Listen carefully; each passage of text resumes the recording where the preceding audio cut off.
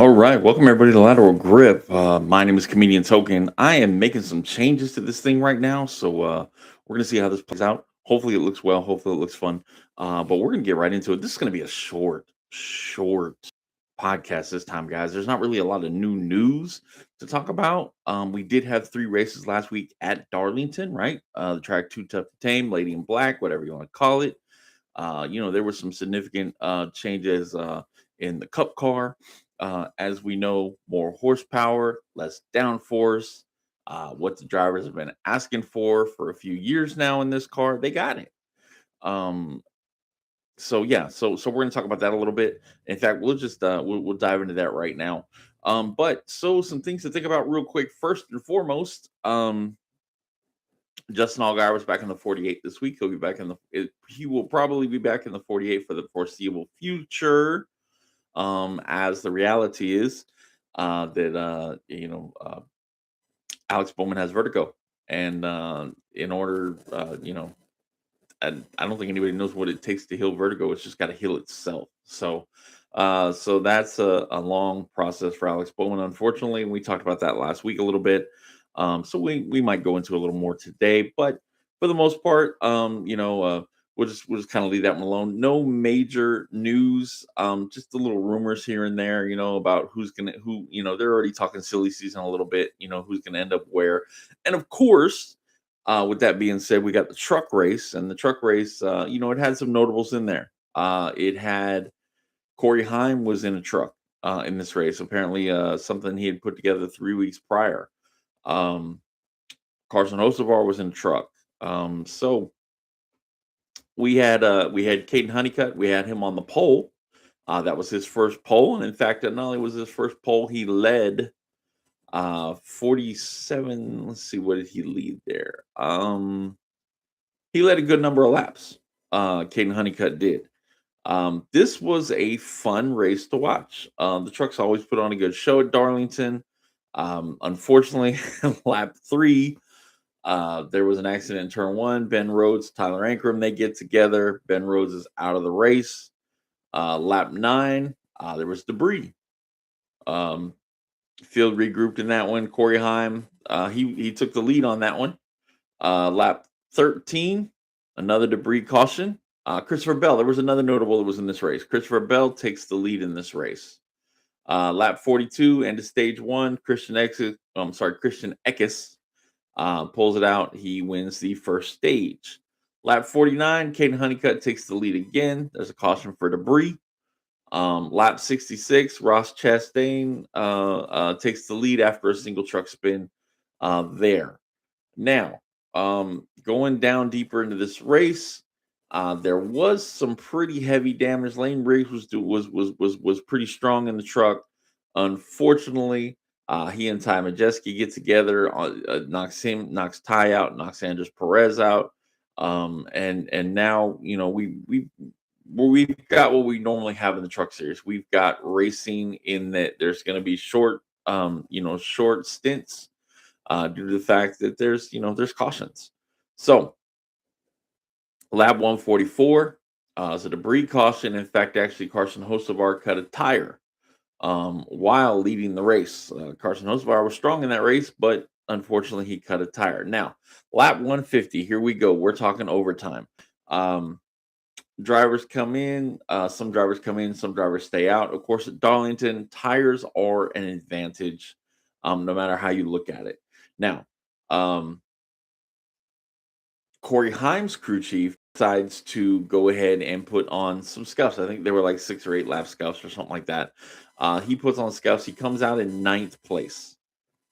Corey Heim. Now, there were trucks that came out with brand new tires on, but Corey Heim comes out in scuffs, and Corey Heim does what they call Corey Heim things. And he takes that truck, and within 3 laps, he is in fact, within 2 laps, because we're talking green, white, checkered here. He passes 8 trucks on turn 4 of the final lap, headed to the checkered flag. He flies around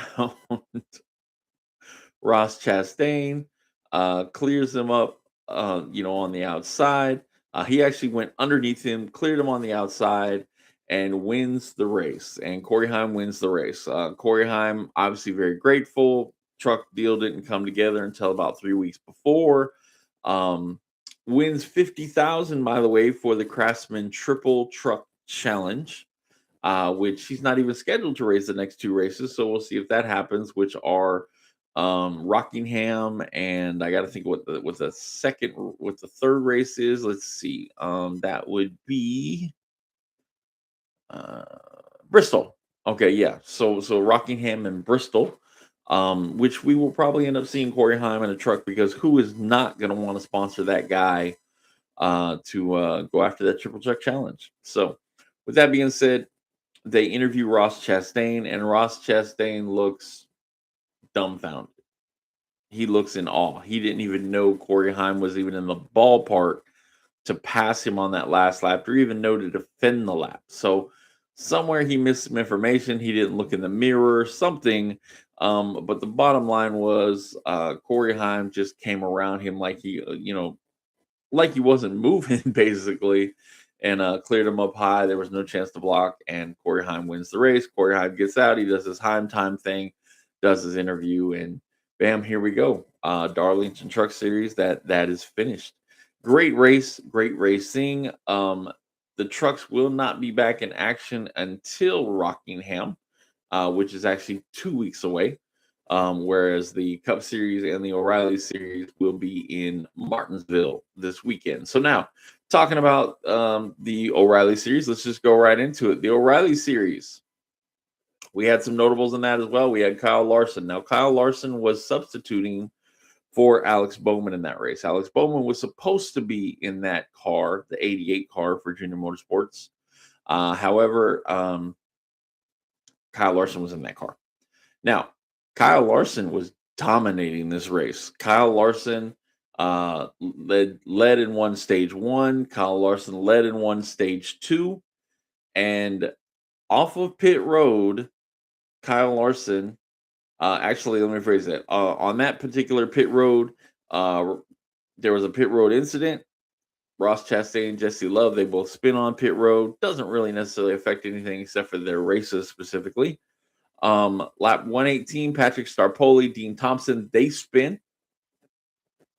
Lap 123, we have a multi-car accident. We have Kyle Sieg, who spins. He makes contact with Dean Thompson. He collected Austin Hill, LeVar Scott, and Alex LeBay. This one took out and damaged a lot of pretty good cars. Talking about Kyle Sieg was having a solid day. Austin Hill wasn't having the best day. He'd actually been in kind of some earlier trouble that day, but it didn't help them at all in any way. Lap 127, the final yellow flag of the race. Pit strategy comes into effect. These cars come in, they're going to get scuffs, they're going to get stickers, they're going to get whatever they have left. And this is where Kyle Larson's team, unfortunately, Junior Motorsports, they faltered. And unfortunately, they came out in about sixth place, and they didn't get back up there. I think I'll look at the top 10 here in just a second, but they weren't able to get back up there, and this is where actually Brandon Jones gets out of pit road first.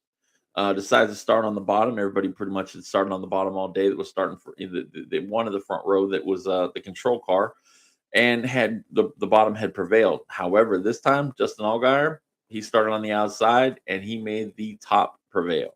He drove that car around the outside. He drove that car around Brandon Jones, and needless to say, Justin Allgaier wins the race. Justin Allgaier is so dominant right now in the O'Reilly series. It is crazy. And there is a lot of mention already that there's a very good chance that Justin Allgaier will have the championship tied up. Now, again, there's a lot of racing left to go. We're only in race 6 at this point. But with that being said, Justin Allgaier is looking like he could have the regular season championship sewed up before the regular season championship race. He could have the championship sewed up if he keeps consistency he has, before the championship race. So again, get a lot of points for stage wins. He tends to win a lot of stages. You get a lot of points for wins. So there's a lot of consistency that can be played out here, and I think Justin Allgaier is going to be tipped for that. So again, he wins the race. Corey Day. Corey Day, I gave you some criticism a couple of weeks ago. I sound like Hendricks had, Mr. Hendrick had a conversation with you. You drove that car and allowed it to do what the car was able to do, and you had a top six finish. You didn't cause any problems with anybody else. You are figuring this thing out. You are figuring this thing out fast, and you will be a force to be reckoned with, sir. There's no question in my mind about that. So that's a big one. So Allgaier does have a 52-point lead. Like I said, Corey Day finished sixth. That's his fifth consecutive top 10 finish so far in the season. And let's see here. Our top 10 for this race: Justin Allgaier, again, wins the race. Jesse Love second. Brandon Jones third. Kyle Larson ends up finishing fourth, so he came out in sixth. He ends up only getting about 2 spots and finishes fourth. Ross Chastain takes a fifth place finish. Corey Day sixth. Cole Custer seventh. Riley Herbst eighth. Chandler Smith ninth. And Sam Mayer comes back in the 10th spot. All right, so we're going to move right on to the Cup Series. Like I said, man, this is going to be a quick one today, guys. I mean, there's not a lot of big news to talk about. Now, the Cup Series was all about tire fall off. We've got tire fall off. We've got less downforce. All you heard from the drivers in the beginning, coming out of practice, is how hard this car is to drive, how treacherous it is out there, and all of these different conversations about this is old Darlington. This is the way this is supposed to race, and so on and so forth. It was a good race. However, I don't think the coverage of the race, talking to you, Fox, I don't think the coverage of the race showed the hard drive, the slides, Fox tends to push in so tight on cars that you miss the spins, you miss the tire, the squeal, you miss the car getting out of shape. You don't really see that with Fox. And that's unfortunate because I think Darlington really has, I mean, that's a real key to Darlington, right? Darlington's a race that's not going anywhere because it's considered, I don't know what the term is they call it right now, but it's one of those races. It's a Daytona, it's an Indianapolis. It's one of those races that they say this has to be on the schedule. This is our flagship race. This is our first super speedway. This particular one has to be on the schedule. Not sure what that feedback is. Let me see here. Okay, I was getting a little feedback here, guys. I'm hoping that you're not getting it on that end. Anyway, but so Darlington, Tyler Reddick goes out there. He puts it on the pole. Apparently, he hits the wall and puts it on the pole. I say apparently because I didn't watch qualifying, but everybody thought that he was wrecked, and he came back with the fastest lap, and apparently just absolutely destroyed the field. With that being said, once again, 23:11 was fast. Tyler Reddick was fast. I mean, he was lights out fast compared to the competition. Bubba Wallace was fast. Bubba Wallace had a great car. 23:11 has been on it. Riley Herbst. He was fast in this race. Which again, I feel bad for Riley. Because Riley, I mean, he's got sponsorship, he's got money behind him. He's in a great car, in that Cup car, but all he's going to hear is all the naysayers around him because you see Corey Heim constantly going out and winning races, and they feel like Corey Heim should be the one in that car. And I say they as in everybody else, not 23:11, but everybody else feels like there's no reason why Corey Heim should be sitting out and watching somebody else race in that Cup Series. That's the way they feel about it, which again is why I go back to Harvick, Keelan, signing that Toyota development deal because there's not enough Toyotas. I'm sure Keelan will have plenty of money, so that might hedge that situation, but there's not enough Toyotas when you look at it right now. That probably is going to change. I'm sure there's something that's going to change around that. But we'll have to see what happens. I mean, Rams looks like they're getting back in Cup. So that was kind of a little off topic there, but we're going to keep it moving here. We're going to talk about the race. So again, Tyler Reddick, Green flag, Tyler Reddick leads the race. Um, from the pole. Now Tyler Reddick did not win the stage though. The thing about Darlington is there is a lot of tire fall off. You have to manage your tires. You have to pit. You have pit strategies. Another guy who was lights out, another team that was lights out, which was really trying to pay homage to their friend and colleague, and unfortunately who we lost was Greg Biffle. So all of their cars were in Greg Biffle color schemes and number fonts. But that team was lights out as well. Brad Keselowski, Chris Buescher, Ryan Preece all had really great cars. And Brad Keselowski wins stage one. Now, the first caution that we had from an actual natural caution standpoint, other than a stage break, was lap 111.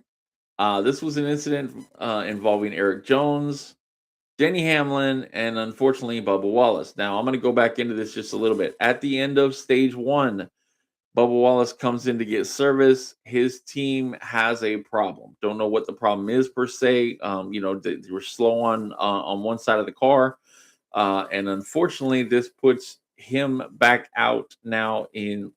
Oh, let me phrase that. I know what happened. Let me phrase that. The left front, excuse me. The left front changer kind of dives on the car to say, "Hey, man, I need you to back up real quick so we can tighten this nut." Apparently, the lug nut was tight though, so that's unfortunate.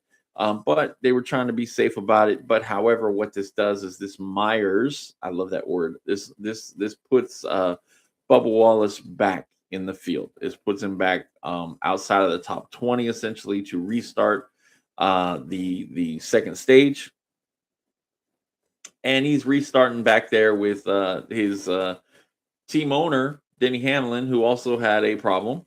Okay, and his car, and Denny Hamlin's car wasn't great by any means.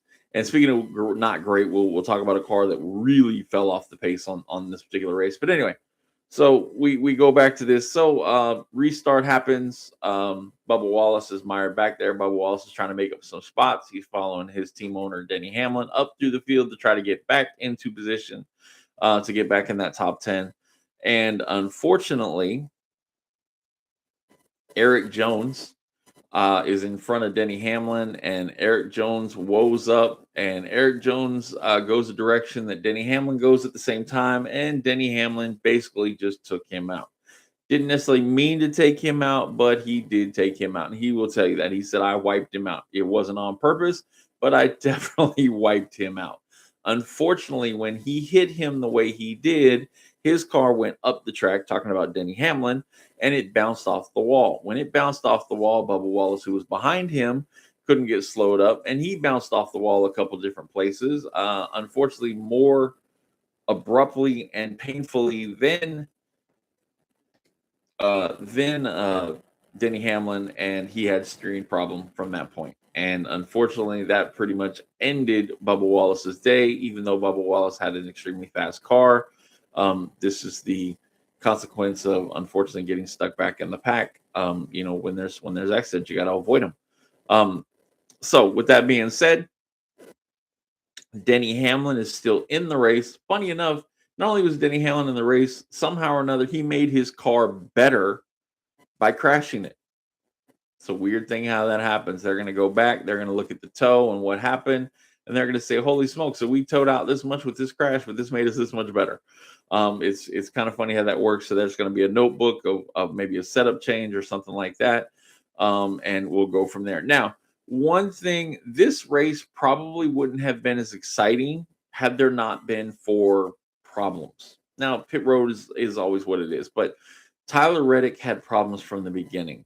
Tyler Reddick was in a cool suit. Funny enough, when you saw the beginning of the race, you saw Tyler Reddick showing his cool suit with all the little veins and stuff of the water that flows through it. And I was thinking in my head, man, I hope he doesn't have a problem with that thing today. And crazy enough, it wasn't that he had a problem with it. It was just the fact that uh, his car had a voltage problem. For some reason, the alternator wasn't charging the battery. So they actually had to come in and put a bigger battery in the car. They had to turn off fans. They had to turn off brake fans. They had to turn off Tyler's cooling equipment. They had to turn off pretty much everything that was unnecessary to make that car go around in the circle. Excuse me, in a circle in order to do that. Now, in that process, they did lose a lot of track position. This is one of the reasons why they did not win the first stage. However, they were extremely fast and they passed a lot of cars. Another guy who passed a lot of cars and seems to have done it every week is Ryan Blaney. Ryan Blaney, again, pit road problems. He's been having problems with his pit crew. Just various things happening. On stops, and he has passed. In fact, I think they said he passed about 48 cars on Sunday. So he has passed a bunch of cars as well. Trying to keep his team in the hunt as well. Which is miraculous that he's not getting into more accidents towards the back of the pack, but he's doing a good job navigating that. So again, we go back to it. So now caution with the Eric Jones, Bubba Wallace. Bubba Wallace is pretty much laps down. It's a frustrating day for Bubba Wallace at that point. Lap 185, stage two end. Brad Keselowski wins stage two over Chris Buescher. Remember what I said? Reddick is trying to come back, but the RFK cars, they're solid. They're racing solid. They're doing very well. And so Brad Keselowski wins stage two. Chris Buescher gets second in stage two. And now we are back on our stage break. We're pitting. We get back going green again. Pretty much everything is kind of status quo at lap 196. Caution number 3, which is our natural caution here.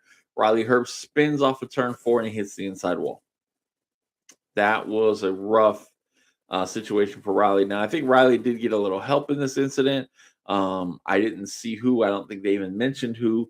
However, that didn't benefit, obviously, Riley Herbst's day, and Riley Herbst was having a pretty decent day at that point. Lap 242, here we go. Contact between Chris Buescher and Tyler Reddick. Now, Chris Buescher had taken the lead over Brad Keselowski, and Tyler Reddick was coming back. Now, Chris Buescher was attempting to pit. Now, Darlington is fairly narrow in spots. Okay, it looks like there's a lot of track. There's not much that you can drive on, but Darlington is fairly narrow, and the teams look at every opportunity they can to try to get an edge over the competition. And a lot of teams will choose to use code words in order to pit, or they'll tell their driver to pit, but hey, don't tell anybody we're pitting right here, because if Tyler Reddick, who was lights out fast, if he pits with you, there's a good chance he may come out in front of you, and bam, there goes our day. That's kind of the way they look at this. However, what happens here is they give Chris Buescher a late communication to pit. All right, pit now. And Chris Buescher tries to go down to pit, doesn't warn anybody, gets on the slowdown, and Tyler Reddick slams right into the back of him and turns him around. And now we have a problem. We didn't have many cars in this accident, but Chris Buescher, who was lights out fast, he gets relegated. He saves the car. He gets to pit road. There's no caution in this situation. But what happens is he loses a lot of time, and he doesn't get an opportunity to make that time back up. Unfortunately, you will listen to different spotters that will say things like, listen, I let them know I'm pitting regardless because I do not want to be the reason why our car is destroyed when we have a great car. And in this case, Chris Buescher had a great car. They felt like they were making a race winning call in order to, and not saying anything. But what ends up happening is by them not saying anything, they put themselves in harm's way. So Tyler Reddick hits Chris Buescher. Everybody's concerned that Tyler Reddick's car, something's going to be damaged on it from that hit. Miraculously, it's not. In fact, I swear to you, it felt like the car just got faster.